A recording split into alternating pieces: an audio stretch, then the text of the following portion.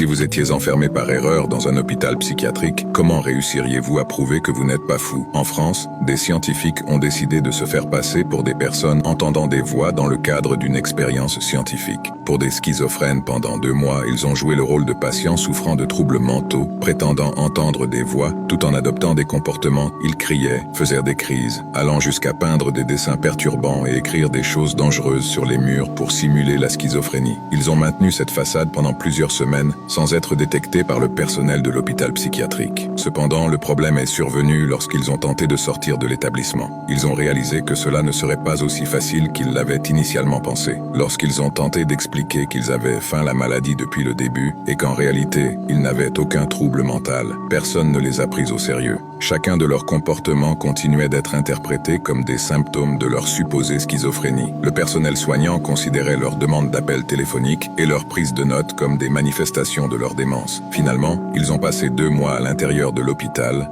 avant de pouvoir en sortir. Mais savez-vous comment ils ont fait? Ils ont finalement dû admettre qu'ils étaient bel et bien malades et que grâce au traitement qu'ils avaient subi à l'hôpital, ils allaient mieux. Cette expérience montre qu'une fois étiqueté d'une certaine manière, il est très difficile de se défaire de cette étiquette. Les 2 scientifiques ont passé plus de temps à essayer de prouver qu'ils n'étaient pas fous plutôt qu'à feindre la folie. Et vous, comment auriez-vous fait pour prouver votre sanité d'esprit? Si vous étiez